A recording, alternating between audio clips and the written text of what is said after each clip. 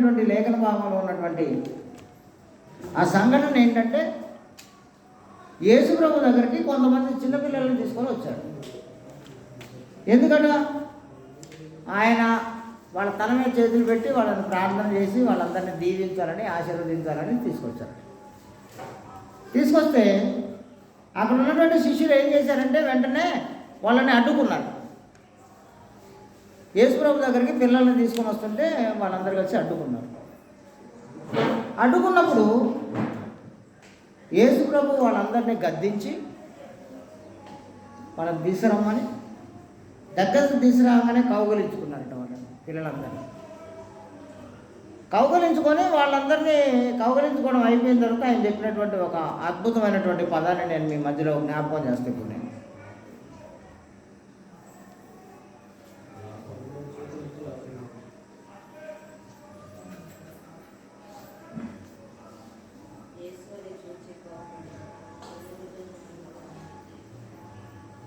Marks వార్త 10వ అధ్యాయం 13 15 వచనాన్ని ఒకసారి ఆలోచన చేద్దాం మనం.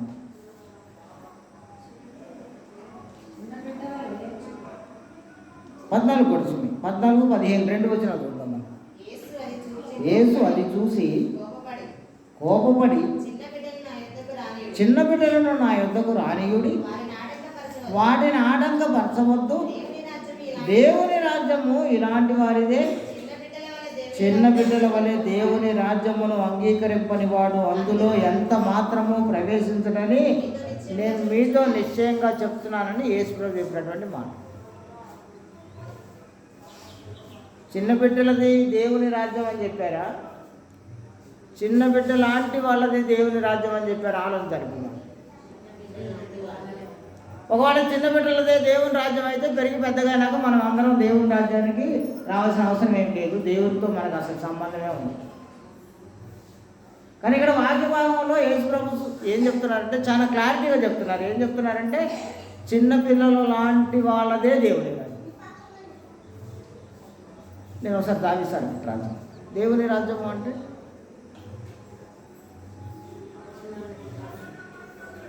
దేవుని రాజ్యం అంటే సంఘము, పరలోకం కాదు. ఏమన్నా దేవుని రాజ్యం అంటే పరలోకం కాదు సుమి. దేవుని రాజ్యము అనగా సంఘము. పరలోకం అది వేరే, పరలోకపు అది పట్టణం, రాజ్యం కాదు అది. కన్నా అది పరలోకపు పట్టణం. అది ఆ పట్టణంలో తండ్రి ఉన్నారు, కుమారుడు ఉన్నారు, దేవదూతల సమూహం అంతా ఉంది ఇప్పుడు అక్కడ. అది పట్టణం. వెలుగుడకు సూర్యుడైనను చంద్రుడైనను అక్కర్లేని ఒక మహా గొప్ప పట్టణం అది. మనమంతా మన లైఫ్ టైం అంతా అయిపోయినాక ఈ భూమి మీద దేవుడు ఎంతకాలాన్ని భూమికి నిర్ణయించారో ఆ భూమి మీద నిర్ణయించిన కాలం అయిపోయిన తర్వాత, భూమి మహావేంద్రంతో లయమైపోయినాక జరిగే జడ్జిమెంట్ తర్వాత మనం ప్రవేశించే పట్టణం, లేదా దేవునికి అందరూ ఇష్టలుగా జీవించిన వాళ్ళు వెళ్ళే ప్రదేశం పేరు ఏంటంటే పరలోకపు పట్టణం. మరి ఇప్పుడు చెప్పబడినటువంటి ఈ రాజ్యం ఏంటి? దేవుని రాజ్యంలో ప్రవేశించడు. చిన్నపిల్ల లాంటి మనస్తత్వం లేని వాళ్ళు దేవుని రాజ్యంలో ప్రవేశించరు అన్నారు. దేవుని రాజ్యం అంటే ఏంటి? సంఘం. మొత్తానికైతే మనం ఏదో విధంగా సంఘంలో చేర్చబడ్డాం. చేర్చబడినాక మనం ఎలా ఉండాలి అనేది ఇప్పుడు చెప్పబడుతుంది. యేసుప్రభు వారిని కౌగిలించుకొని, ఈ పదం మళ్ళీ మాటి మాటికి నేను చెప్తుంటాను మీకు, దీనిని మీరు ఫైండ్ అవుట్ చేయాలి. ఇప్పుడు మీరు యేసుప్రభు వారిని కౌగిలించు. ఎవరిని? సంఘములో చేర్చబడినటువంటి వాళ్ళను, చిన్నపిల్లల మనస్తత్వము కలిగి ఉన్నటువంటి వాళ్ళను యేసుప్రభు కౌగిలించుకుంటాడు. ఆ కౌగిలి నీకు అర్థం కావట్లేదు కదా, కనపట్లేదు కదా మనకు ఆ కౌగిలి. కానీ నిజం ఏంటంటే యేసుప్రభు మనల్ని హక్కున చేర్చుకుంటాడు సంఘంలో ఉన్నట్టు. మరి ఇంత గొప్ప ధన్యతను మిస్ అయినటువంటి వాళ్ళ పరిస్థితి నేను దీన్ని ఆలోచిస్తాను. ఇప్పుడు నేను ప్రతిసారి మీ మధ్యలో ఇదే ఆలోచిస్తున్నాను. ఏంటంటే సంఘంలో లేనటువంటి వాళ్ళ పరిస్థితి ఏంటి?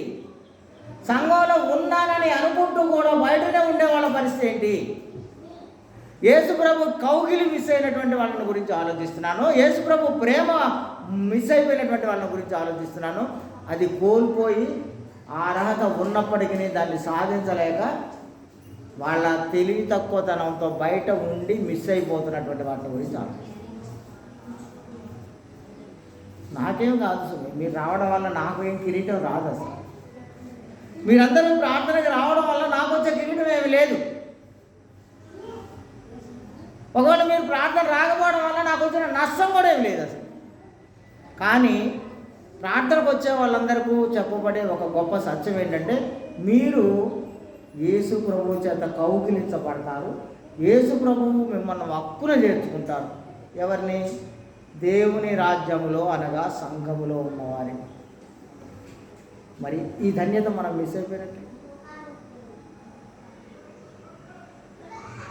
ఊరికినే జనరల్గా మనం ఏదైనా ఒక చిన్న విషయాన్ని సాధిస్తే స్కూళ్ళల్లో, కాలేజీలలో అందరి ముందు పైకి పిలిచి వాళ్ళకు ఒక సెకండ్ ఇస్తారు.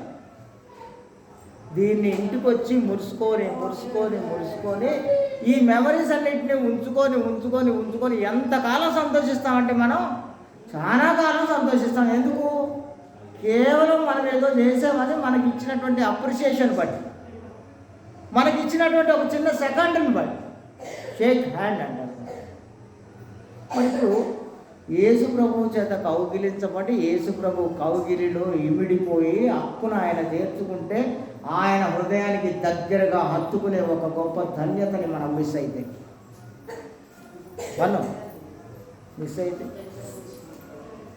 దేవుని రాజ్యం ఎలాంటి వాళ్ళతో చెప్పి వాళ్ళని కౌగిలించుకున్నారు. ఆయన ఎలాంటి వారితో చూస్తాను దేవుని రాజ్యం మీ మధ్యలో. మా పంతులం గారు ఉన్నారు. నిన్నగాక మొన్ననే పుట్టినరోజు చేసుకున్నటువంటి సురక్ష ఉంది. ఈరోజు పుట్టినరోజు చేసుకునే యోనాసాలు ప్రవచనం ఉంది, వాళ్ళ చెల్లెలు ఉంది. అదేవిధంగా రాగానే వాళ్ళ బిడ్డ కుమారుడు ఉన్నాడు. వీళ్ళందరూ చిన్న పిల్లలు. వాళ్ళకి ఉన్నటువంటి గుణలక్షణాలు ఏంటి? దీన్ని ఆలోచించండి. అప్పుడు సంఘంలో ఉన్నటువంటి మనం ఏముండాలో ఎలా ఉండాలో తెలిసిపోయింది మనం. అలాంటి వాళ్ళదే దేవుని రాజ్యం అన్నాడు. అలాంటి వాళ్ళదే పరలోక రాజ్యము అన్నారు. అలాంటి వాళ్ళదే సంఘంలో సభ్యత్వం అన్నారు. ఎలాంటి వాళ్ళు వీళ్ళు? నేను ఒక చిన్న విషయం చెప్తాను. మా పంతులం గారి గురించి ఒకసారి ఆలోచించాను. ఒకవేళ ఆమె నన్ను ఏదన్నా, ఒకవేళ నాకు వ్యతిరేకంగా ఆమె ఏదైనా చేస్తే నో అని అనుకో, వెంటనే ఏడ్చింది. ఏడ్చినాక వాళ్ళ బామ్మను పిలిచి బయటికి తీసుకుపో అని అడిగింది. ఎందుకంటే నా దగ్గర ఉండకుండా బయటికి పోయినాక ఆకాశంలో అయిపోయినాక తాత ఆయన మళ్ళీ ఊరికి వచ్చేసింది నా దగ్గరికి. అంటే ఇప్పుడు ఆ అమ్మాయి దగ్గర ఏమి లేదు.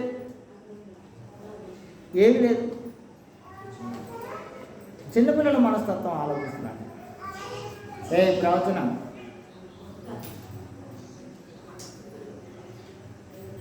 చిన్నపిల్లల మనస్తత్వాల గురించి ఆలోచిస్తున్నాను నేను. ఇప్పుడు ఏముంది వాళ్ళ దగ్గర? ఒకసారి నేను చూస్తాను, 3 చిన్న సంగతులు చెప్తాను నేను. చిన్నపిల్లల దగ్గర ఏమున్నాయో, మన దగ్గర లేని వాళ్ళ దగ్గరే ఉండేటువంటి ఏంటో నేను ఒక 3 సంగతులు ఆలోచిస్తాను. ముందుగా పిల్లలు కల్మషం లేకుండా ఉంటారు. చిన్నపిల్లలు ఎలా ఉంటారంటే కల్మషమే ఉండదు, మనసులో కలుషితమే ఉండదు. రెండవదిగా ఏంటంటే చాలా యథార్థంగా ఉంటారు. వాళ్ళు లోపల ఎలా ఉంటారో బయటికి కూడా అలాగే ఉంటారు పిల్లలు. మూడవది ఏంటంటే చాలా నిజాయితీగా ఉంటారు పిల్లలు. చాలా నిజాయితీగా ఉంటారు. అంతేకాదు వాళ్ళు ప్రేమ కలిగి ఉంటారు. ఈ 4 గుణలక్షణాలు. జిమ్మన్న ఒకసారి ఇక్కడ రావా కొంచెం ప్లీజ్. పిల్లల్ని కంట్రోల్ చేయలేకపోతున్నారు. నేను చేస్తాను కాసేపు. ఒకసారి ఇప్పుడు ఏం జరిగిందంటే, ఒకసారి నువ్వు దాన్ని పాదులో పెట్టి చెప్తాను. దేవుని రాజ్యము ఇలాంటి వారిదే అన్నారు. దేవుని రాజ్యం అంటే మళ్ళీ మనం ఒకసారి వెనక్కి వెళ్తే అది సంఘము అన్నారు. సంఘంలో ఉన్నటువంటి వాళ్ళు వాళ్ళు ఎలాంటి మనస్తత్వాన్ని కలిగి ఉన్నటువంటి వాళ్ళు సంఘంలో ఉంటారు, ఎలాంటి వాళ్ళను యేసుప్రభు కౌగిలించుకుంటారు, ఎలాంటి వారిని తన హక్కున చేర్చుకుంటారు, ఇది ఆలోచించాలి మనం. మొట్టమొదటి పిల్లల్లో ఉండే గుణలక్షణం ఏంటంటే వాళ్ళు కల్మషం లేకుండా ఉంటారు. అసలు అలాంటి మెంటాలిటీ కలిగి ఉంటారు. వాళ్ళకి ఏం తెలియదు, కుళ్ళు కుట్ర కుతంత్రాలు వీటిని గురించి అసలు వాళ్ళకు తెలియదు వాళ్ళకు. ఇప్పుడు కాసేపు ఏడుస్తారు, మళ్ళీ వెంటనే కలిసిపోతారు. ఇద్దరు పిల్లలు కలిసి ఏదైనా వస్తువు కోసం బాగా అల్లరి చేసి ఏడుస్తుంటారు, పెడబొమ్మలు పెడుతుంటారు. ఆ కాసేపట్లోనే మళ్ళీ కలిసిపోయి భుజాల మీద చేతులు వేసుకుని వెళ్ళిపోతారు. ఏమాత్రమును కల్మషం లేని పిల్లలు. ఆ కల్మషం లేనితనం కలిగినటువంటి వాళ్ళు దేవుని రాజ్యంలో ప్రవేశిస్తారు. నేను ఇది రెండోది గురించి దాని గురించి ఆలోచిస్తాను. రెండోది ఏమని చెప్పుకున్నామంటే యథార్థత కలిగి ఉంటారు పిల్లలు. చిన్నపిల్లలు చాలా యథార్థవంతులుగా ఉంటారు. వాళ్ళకేం తెలియదు అసలు. వాళ్ళు లోపల ఎలా ఉంటారో పైకి అలాగే ఉంటారు. వాళ్ళని పెరిగి పెద్దగా అయితే నా కొద్దీ మనం నేర్పుతుంటాం ఇప్పుడు అన్నీ. వాళ్ళకు అమ్మని తిట్టు, నాన్నని తిట్టు, వాడిని కొట్టు, వీడిని కొట్టు, మనమే నేర్పుతుంటాం వాడికి అన్నీగా. ఇక ఇప్పటి నుంచి వాళ్ళ లోపల అన్నీ నేర్చేసుకుంటుంటాం. ఇంట్లో నేను ఉన్నాను అనుకోండి, నేను మా పంతులమ్మ గారిని బయటికి పంపించి తాత లేడు అని చెప్పు అనగానే ఆమెకి ఏం తెలియదు అసలు. తాత అంటే ఇష్టం కనుక ఆమె ఏం చేసిందంటే బయటకు వెళ్ళి తాత లేడు అన్నది. కానీ తాత ఇంట్లోనే ఉన్నాడు. నేనే నేర్పాను ఆమెకు, పోయి బయటికి పోయి లేరని చెప్పి. ఆ మాట ఎంత దూరం పోయిందంటే మా పంతులమ్మ గారు పెద్ద అబద్ధాలు కూరైపోయి అంతగా మారిపోయింది. ఆమె క్యాన్సర్ రాలే, కొత్తది ఆమె చిన్నప్పుడు పుట్టడంతో నేర్చుకుని రాలే. మేమే నేర్పినాం ఇప్పుడు ఆమెకు అబద్ధం ఆడటం. కానీ పిల్లలు యథార్థవంతులుగా ఉంటారు. లోపల ఎలా ఉంటారో బయటకు అలా ఉండాలి సంఘంలో ఉన్నటువంటి వాళ్ళందరూ. మూడవదిగా చూస్తున్నాను, ఎంత నిజాయితీగా ఉంటారంటే పిల్లలు, వాళ్ళు ఏదైనా పని చేసినప్పుడు నువ్వు వెళ్ళి అడిగితే అవునంటారు. అది మన కోపం కలిగించే పని అయినా, అది చేయకూడని పని అయినా, పిల్లలు ఒకవేళ చేస్తే వాళ్ళని పిలిచి క్వశ్చన్ అడిగినాం అనుకోండి, ఇది నువ్వే నా చేసింది అంటే అవునంట. వాళ్ళు అబద్ధం చెప్పరు. వాళ్ళు అసలు ఇది నేను కాదు అని అన్నారు పిల్లలు. ఎందుకంటే వాళ్ళకి తెలియదు అది అబద్ధం అనేది. మనం చేసాం కనుక చేసినామనే చెప్తారు. వాళ్ళు చేయకపోతే చేయలేదనే చెప్తారు. ఒకసారి ఏదైనా ఒక విషయాన్ని వాళ్ళ బామ్మ ఆమెను అడుగుతుంటే నేను చూస్తుంటా. ఆమె నాకు తెలియదు అంటది. ఏయ్ నీకు తెలుసు అంటది. నేను అంటేనే పిలిచి ఆమె తెలియదు అంటే నువ్వు తెలుసు అంటవేంటి అని అడుగుతాను. అంటే ఏంటి, వాళ్ళకు మనమే నేర్చుకుంటాం అండి. నువ్వు అబద్ధం ఆడు, ఇప్పుడు నువ్వు అబద్ధం చెప్పు. 4-5 సార్లు ఆమెను అలా బెదిరిస్తే ఆమె ఏం చేస్తుందంటే ఆమె కాన్షియస్ మైండ్లోకి వెళ్ళిపోయి ఆలోచిస్తాను, ఓహో అంటే నేను కాదని చెప్పాలన్నమాట ఇప్పుడు అని ఆమె ఈ మధ్య ఏం చేసిందంటే ఏదైనా కింద పడేయటం, ఉరికొచ్చి నా దగ్గరికి వచ్చేసి, ఏంట్రా అక్కడ ఏదో శబ్దం వచ్చింది ఏంట్రా అంటే బామ్మ పడేసిందని చెప్తుంది. ఇప్పుడు ఆమె బామ్మ పడేసిందని చెప్తుంది, లేదంటే డాడీ పడేసారని చెప్తుంది, లేదంటే నైసి పడేసిందని చెప్తుంది. వాళ్ళ మేనత్తమే తోసేస్తుంది. ఆమె మాత్రం తాను అనట్లేదు అసలు. ఈ అనికి వచ్చింది ఇదంతా. మళ్ళీ వెళ్ళి మనమే నేర్పాము ఇవన్నీ. మళ్ళీ నేను మూడోది చూస్తాను, నేను ప్రేమ కలిగి ఉంటారు పిల్లలు. ఎంత ప్రేమ కలిగి ఉంటారంటే మనం బయట నుండి ఇంటికి వస్తే మనం అంతవరకు వాళ్ళని కొట్టినా తిట్టినా వాళ్ళని ఏం చేసినా పిల్లలు మనం బయట నుంచి వచ్చేస్తే ఎదురు ఉరికొచ్చేసి మీద ఎక్కేస్తారు. ఎంత ప్రేమగా ఉంటారు పిల్లలు. వాళ్ళని చూడగానే బయటపడ్డటువంటి కష్టం, బయట ఎదురైనటువంటి సమస్యలు అవన్నీ తీరిపోతుంటాయి వాళ్ళు. అలా ఉంటారు పిల్లలు. ఇప్పుడు యేసుప్రభు ఏం చెప్పారంటే దేవుని రాజ్యం అనగా సంఘము ఎలాంటి వాళ్ళదట, చిన్నపిల్లల మనస్తత్వం కలిగినటువంటి వాళ్ళది, ఇలాంటి వాళ్ళదే. నేను ఒకసారి చూస్తున్నాను, నేను కొరింథీయులకు రాసిన మొదటి పత్రిక 14వ అధ్యాయం 20వ వచనం చూస్తాను. పిల్లలు కల్మషం లేకుండా ఉంటారు. అలాంటి కల్మషం లేని వాళ్ళదే దేవుని రాజ్యం అన్నారు. ఆ రాజ్యమైనటువంటి ఆ సంఘంలో అతడు ప్రవేశించాలి అంటే అతడు కల్మషం లేకుండా ఉండాల్సినటువంటి అవసరం ఉంది అని మనం అందరం జ్ఞాపకం చేసుకోవాలి. 14వ అధ్యాయం 20వ వచనం. సహోదరులారా, మీరు బుద్ధి విషయమై పసిపిల్లలు కాక దుష్టత్వము విషయమై శిశువులుగా ఉండుడి. బుద్ధి విషయమై పెద్దవారలై ఉండుడి. ఇక్కడ ఒక అద్భుతమైనటువంటి సంఘటన రాయారు. దుష్టత్వం విషయంలో చిన్నపిల్లలాగా ఉండమన్నారు, బుద్ధి విషయంలో మాత్రం పెద్దవాళ్ళలాగా బిహేవ్ చేయండి అన్నారు. బుద్ధి కుశలతను ప్రదర్శించాల్సి వస్తే చాలా పెద్దవాళ్ళలాగా మీరందరూ బిహేవ్ చేయండి.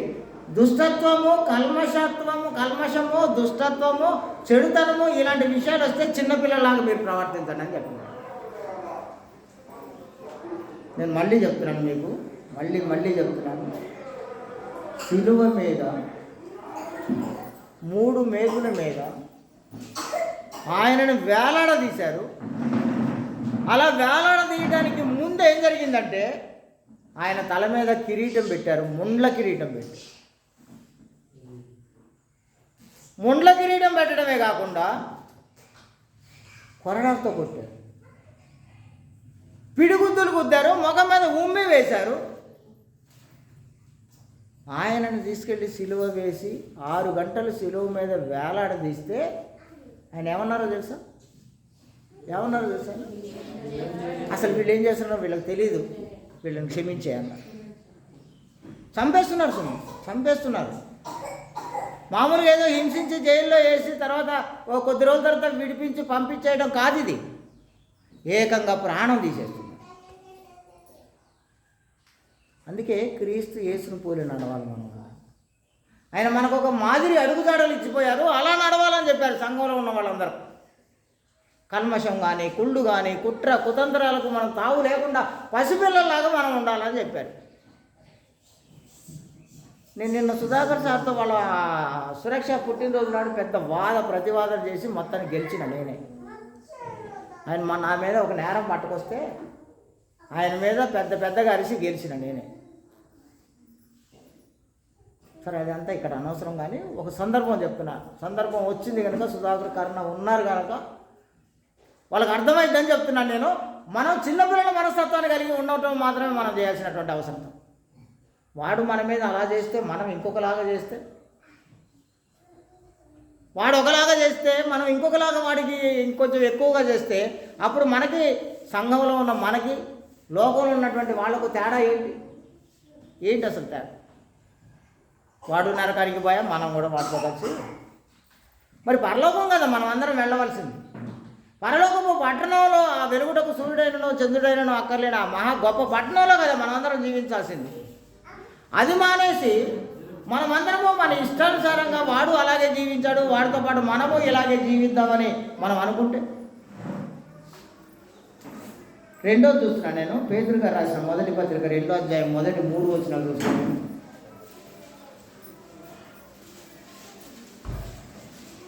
పేతురు గారు రాసిన మొదటి పత్రిక 2వ అధ్యాయం మొదటి 3 వచనాలు. జిమ్మన్న ఈ అమ్మాయిని పట్టుకో, గట్టిగా తీసుకోండి, రైట్ తీసుకురావడమే నేను పట్టరా.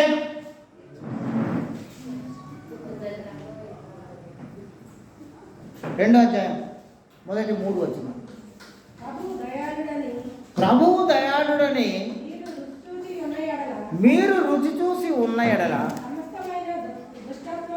సమస్తమైన దుష్టత్వమును, సమస్తమైన కపటమును, వేషధారణను, అసూయను, సమస్త దూషణ మాటలను మాని క్రొత్తగా జన్మించిన శిశువులను పోలిన వారై నిర్మలమైన వాక్యమును పాల వలన రక్షణలో ఎదుగు నిమిత్తము ఆ పాలను మీరందరూ అపేక్షించలేదు.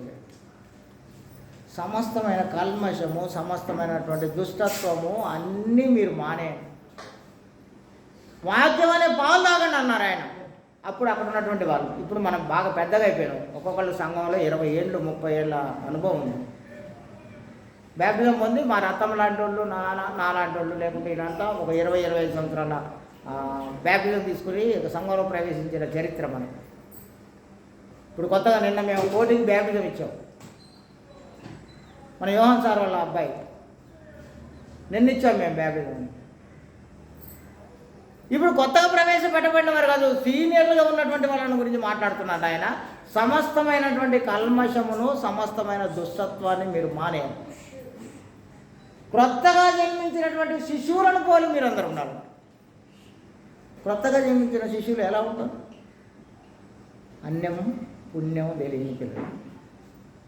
మీరు అలా ఉండాలి. సంఘంలో ఉన్నటువంటి వాళ్ళని గురించి మాట్లాడుతున్నారు. ఇవన్నీ దేవుని రాజ్యంలో వాడు ఉండాలి, వారసుడిగా ఉండాలి అంటే వాడు చిన్నపిల్లల మనస్తత్వాన్ని కలిగి ఉన్నారు. యాకోబు పత్రిక 1:21 చూస్తాను నేను ఒకసారి మీ మధ్యలో. యాకోబు గారు రాసిన పత్రిక 1:21.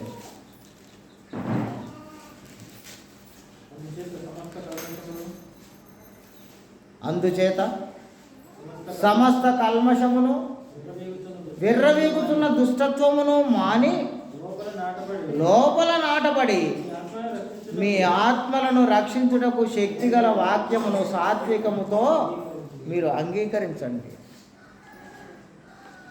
లోపల నాటబడినటువంటి వాక్య ప్రకారం మీరు అందరు జీవించాలి. దీని గురించి ఇందాక డాక్టర్ గారు వైరల్లో వాక్యం చెప్పినప్పుడు ఆయన ఏం చెప్పాడంటే, వాక్యము విని దాని ప్రకారం వాడు ప్రవర్తించకపోతే అద్దంలో తన ముఖం చూసుకొని బయటకు వచ్చి ఆ ముఖం ఎట్లా ఉంటుందో మర్చిపోయే వాళ్ళలాగా ఉన్నాడు. మనం అందరం కలిసి పొద్దునే లేచి అద్దం దగ్గరికి వెళ్ళిపోతాం. అద్దంలో చూస్తున్నంతసేపు ఇక్కడ ఈ మచ్చ ఉండకపోతే బాగుండేది, నాకు ఇక్కడ ఇది లేకపోతే బాగుండేది, నాకు అక్కడ అది ఉంటే బాగుండేది అని మనం మురిసిపోతుంటాం అద్దంలో ఉండి. ఎప్పుడైతే అద్దం నుంచి బయటకు వచ్చేసామో మనం ఎలా ఉంటామో మనకే తెలియదు. అసలు ఆ ఫోటో చూస్తేనో మళ్ళీ పోయి అద్దంలో చూసుకుంటే తప్ప మనం ఎలా ఉంటామో మనకే తెలియదు. అసలు వాక్యము విని దాని ప్రకారం జీవించకుండా ఉంటే వాడు అలాంటి వాడే. ఇదే చెప్పాడు డాక్టర్ గారు అక్కడ ఇందాక వాక్య భాగం. దేవుడు మీ అందరినీ దీవించాలని ఆశీర్వదించాలని కోరుకుంటున్నాను. కేవలం ఏదో మనం క్రైస్తవ జీవితాన్ని జీవిస్తున్నాం, కేవలం ఆదివారం రాగానే మనం అందరం సంఘంలో కనబడుతున్నాం, కేవలం ఆదివారం రాగానే కారుకలు పట్టుకొని వచ్చేస్తున్నాం, కేవలం ఆదివారం రాగానే బైబిల్ పెట్టుకొని వచ్చేస్తున్నాం. ఇది కాదట క్రైస్తవ్యం అంటే. ఇది కాదు అసలు. ఆదివారం రోజు ఇక్కడ నుండి వెళ్ళిపోయి తిరిగి ఆదివారం వచ్చేంత వరకు మనం జీవించే జీవన విధానమే క్రైస్తవ్యం. మనం జీవించే మన జీవిత కాలమే క్రైస్తవ్యం అంటే. ఏదో ఆ కాసేపు కనపడి ప్రార్థన, మనం 8 గంటలకు ప్రార్థన పెడితే గంట తర్వాత గంటన్నర తర్వాత వచ్చి ఏదో మమ అనిపించేసి ఉండి వెళ్ళిపోయేది కాదట క్రైస్తవ్యం అంటే. ఆదివారం మొదలుకొని మళ్ళీ ఆదివారం వచ్చేంత వరకు మనం జీవించినటువంటి జీవన విధానం క్రైస్తవ్యం అంటే. లోకానికి మనకు చాలా తేడా ఉండవలసినటువంటి. నేను నువ్వు లేవులే కానీ నీ గురించి మేము అనుకున్నాం ఇక్కడ ఏంటంటే, మేము మెడికల్ షాప్ దగ్గర పోయినప్పుడు ఆయన ఒక ఊర్లో ఉన్నటువంటి ఒక పెద్ద ఆయన ప్రియాంక, నేను పోయినప్పుడే ప్రియాంకతో మాట్లాడడానికి పోతేనే అప్పుడు జరిగింది ఆ సంఘటన. ఊర్లో ఉన్న ఆయన ఏమంటాడంటే, అసలు నువ్వు ఎలాగో మాట వెనక మాట నువ్వు తడుముకోకుండా ఎలా మాట్లాడతావు అని అడిగాడు నన్ను. నేను చెప్పాను, అయ్యా బాగా ప్రిపేర్ అయిపోతాను నేను ప్రార్థనకు, కాబట్టి ప్రిపేర్ అయి ఉంటాను కనుక నాకు ఇంకా తడుముకోవాల్సినటువంటి అవసరం లేదు అని. ఒకవేళ ఎవరైనా వాక్యం చెప్పడానికి తడుముకుంటున్నాడంటే అతను వచ్చేసి అప్పటికప్పుడు ఏదో చూసుకొని చెప్తున్నాడని అర్థం అని చెప్పాడు. అప్పుడు ఆయన నా గురించి ఒక మంచి విట్నెస్ చెప్పాడు. ఏం చెప్పాడంటే, నువ్వు చెప్పేవన్నీ వింటుంటా నేను, చాలా బాగా చెప్తావు, చాలా అర్థమయ్యేలాగా చెప్తుంటావు. ఇంకా చాలామంది ఉంటారని ఎగ్జాంపుల్ కూడా తీసుకున్నారు ఆయన. 4-5 ఎగ్జాంపుల్ తీసుకొని, ఒక ఆయన పంచాయతీ పెట్టినట్టే గొడవ పడ్డట్టే లెసన్ చెప్తాడని, ఒక ఆయన ఏదో ముసలమ్మ చెప్పే ముచ్చట్లలాగా చెప్తాడని, ఇంకొక ఆయన ఒక యుద్ధం చేస్తున్నట్టు ఒక పొలిటికల్ స్పీచ్ ఇస్తున్నట్టుగా చెప్తాడని, ఇలాగ ఒక 4 రకాల మనుషుల పేర్లు చెప్పి వాళ్ళైతే అలా నువ్వైతే అలా కాదన్నాడు. ఎవరు ఈ విట్నెస్ చెప్పింది? సంఘము వెలుపల ఉన్నటువంటి, సంఘంలో ఉన్నటువంటి వాళ్ళు కాదు. సంఘంలో ఉన్నవాళ్ళు మీ అందరికీ తెలుసు మేమేం చేస్తుంటామో ఎలా ఉంటామో అని. సంఘం వెలుపల ఉన్నటువంటి వాళ్ళు ఇచ్చినటువంటి విట్నెస్ నా గురించి.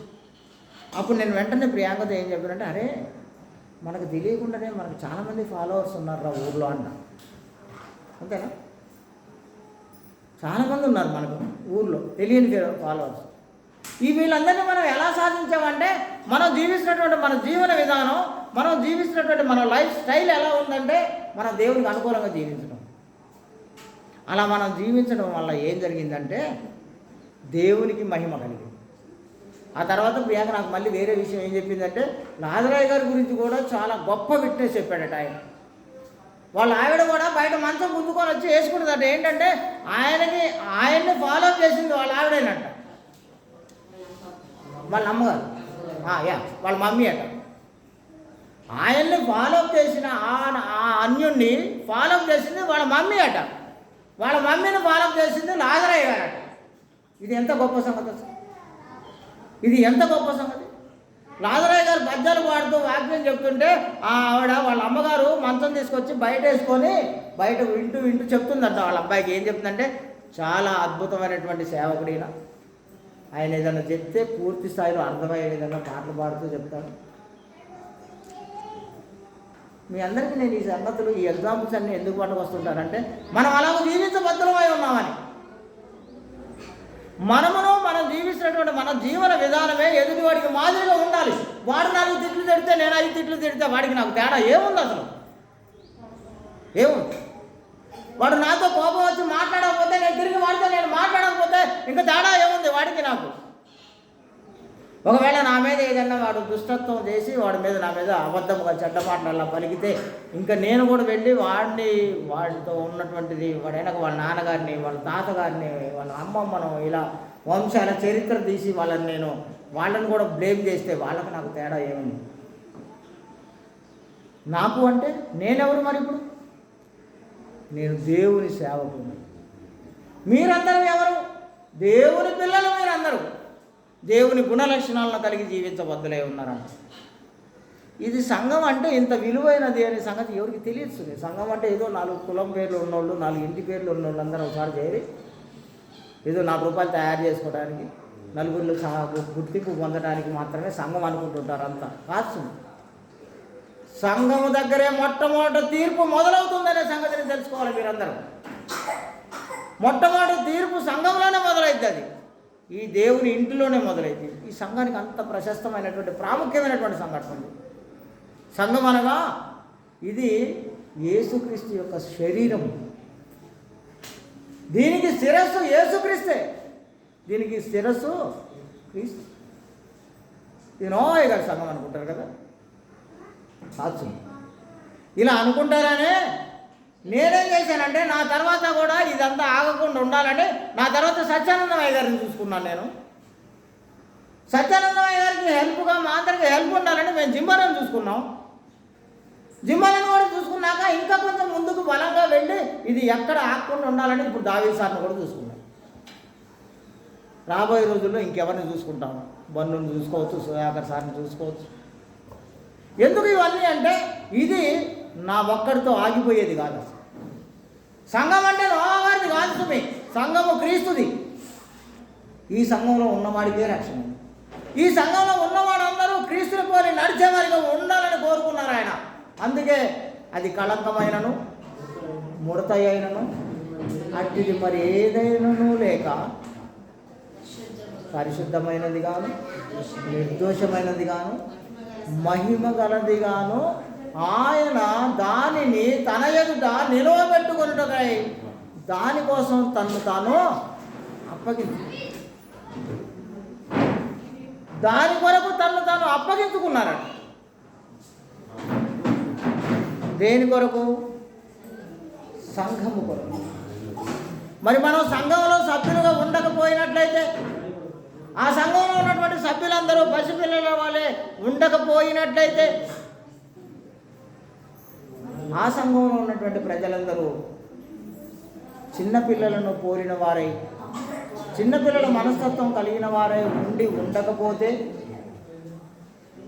సంఘంలో సభ్యుడేనా? అనుకోకుండా స్రవంతి వచ్చినట్టుందా? చేయలేకపోతే వచ్చింది. ఇప్పుడు నేను స్రవంతికి నిన్న ఏం చెప్పానంటే, బ్యాప్టిజం తీసుకున్నప్పుడు వాళ్ళ అన్నయ్య బ్యాప్టిజం తీసుకుంటే చెప్పాను నేను ఏంటంటే, ఇప్పుడు మీ అన్నయ్య క్రీస్తు సంఘంలో సభ్యుడు, నువ్వు కాదన్నా. స్వరూప క్రీస్తు సంఘంలో సభ్యురాలు, కానీ సున్నత కాదని చెప్పాను.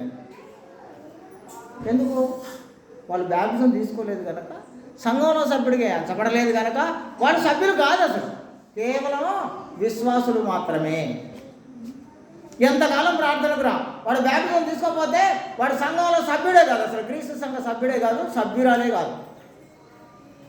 ఈ సత్యాన్ని మనం అందరం గుర్తెరగాలి. స్థానిక సంఘం అంటే ఇదేదో పనికిమాలిన విషయంలాగా ఏదో మొక్కుబడిగా యథావిధిగా జరిగే కార్యంలాగా కాల్సింది. స్థానిక సంఘానికి ఉన్నటువంటి విలువ మీరందరూ తెలుసుకోవాలి. ఇది క్రీస్తు రక్తం అని, క్రీస్తు రక్తం చేత కడగబడినటువంటి ఈ సంఘము క్రీస్తు శరీరం అని తెలుసుకోవాలి. పరలోకానికి ఎత్తపడే ఒకే ఒకటి ఈ సంఘం. పరలోకానికి ఎత్తపడేది కేవలం క్రీస్తు సంఘమే. సంఘంలో ఉన్నటువంటి సభ్యులే. ఆ సభ్యులు కూడా ఆ సభ్యులు కూడా చిన్న పిల్లలను పోలిన వారైన వారు మాత్రమే సంఘంలో సభ్యులని చెప్పబడింది మీ బైబిల్ గ్రంథంలో. యేసుప్రభు అదే చెప్పారు. ఇప్పుడు ఎస్ఐ గారు ఇక్కడ ఖాళీ ఉంది, 2 సీట్లు ఉన్నాయి. సంఘంలో ఎవరి సభ్యులు అంటే చిన్నపిల్లలను పోలిన వారు, ఆ చిన్నపిల్లలకు ఉన్నటువంటి ఈ 4 గుణలక్షణాలు కలిగి ఉన్నటువంటి వాళ్ళు, కల్మషము లేకుండా ఉన్నవాళ్ళు, యథార్థత కలిగి ఉన్నటువంటి వాళ్ళు, నిజాయితీ కలిగినటువంటి వాళ్ళు, ప్రేమ కలిగి ఉన్నటువంటి వాళ్ళు, ఈ 4 గుణలక్షణాలు కలిగిన వాళ్ళే సంఘములో సభ్యులు.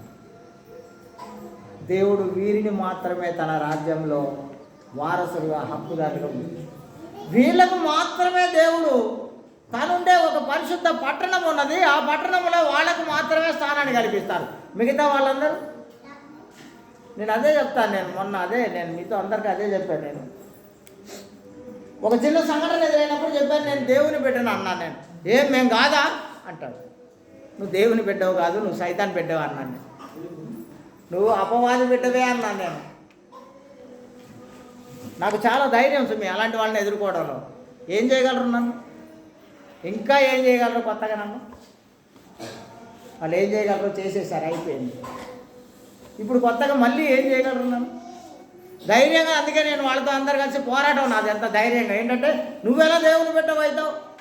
తాగి తందనాలు ఆడతావు. నువ్వు దేవుని రాజ్యంలో నువ్వు ఒక సభ్యుడివే కాదు. అసలు నువ్వు బయట ఉంటావు, లోకంలో ఉంటావు. నీ దగ్గర అన్ని రాజకీయాలు ఉంటాయి, కుళ్ళు ఉంటుంది, కుతంత్రాలు ఉంటాయి, కుట్రలు ఉంటాయి. నువ్వు క్రీస్తు సంఘ సభ్యుడు ఎలా అవుతావు? నువ్వు క్రీస్తు సంఘంలో సభ్యుడివే కానప్పుడు నువ్వు దేవుని బిడ్డవి ఎలా అవుతావు? నువ్వు ఎలాగూ దేవుని బిడ్డవి.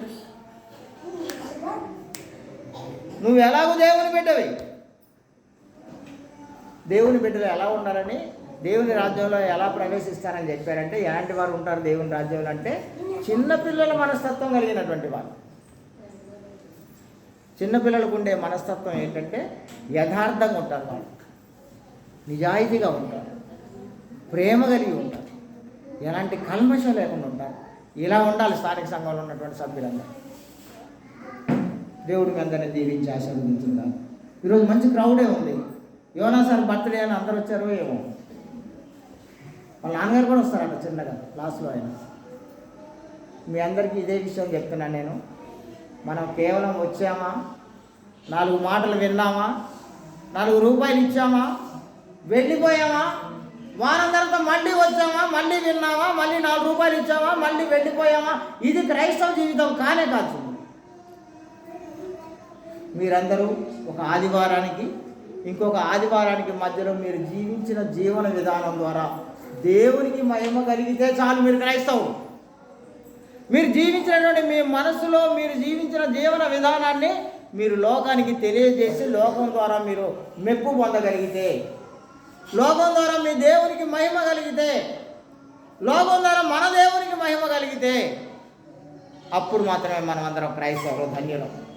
దేవుడు మీ అందరినీ దీవించి ఆశీర్వదించున్నాను. మీ అందరి ప్రత్యేక వందనాలు తెలియజేస్తూ ముగిస్తున్నాను. థ్యాంక్ యూ మీ అందరికీ.